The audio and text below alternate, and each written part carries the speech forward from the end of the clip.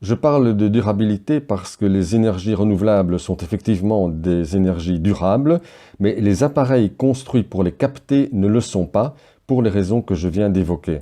J'ai pris connaissance du phénomène du pic pétrolier en juillet 2007 et depuis lors, je n'ai cessé de lire tout ce que je pouvais trouver sur le sujet.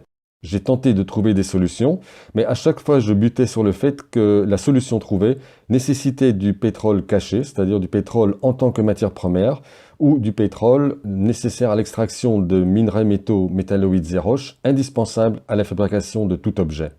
Puis j'ai compris qu'il fallait faire au plus simple et utiliser les ressources que l'on trouve dans la nature, ressources qui par définition sont renouvelables et durables puisque la nature existe depuis des millions d'années. J'ai donc essayé de trouver une solution qui se passe absolument de pétrole et j'en suis arrivé tout naturellement au permavillage.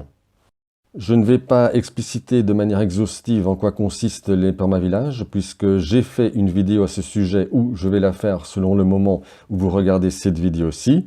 En résumé, un permavillage répond à l'équation permavillage égale village plus permaculture.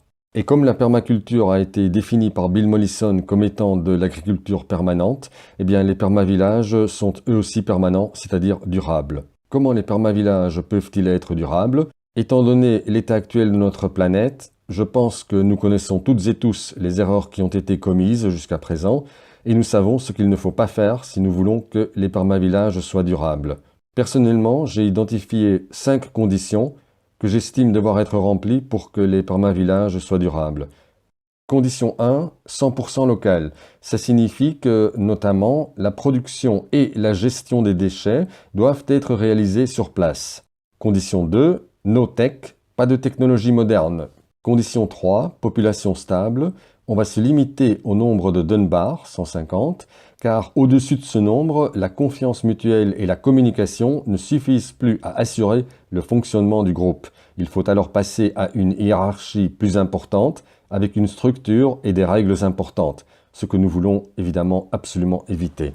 Condition 4, énergie durable. On choisit le soleil non pas pour produire de l'électricité, mais bien pour nous nourrir et nous chauffer.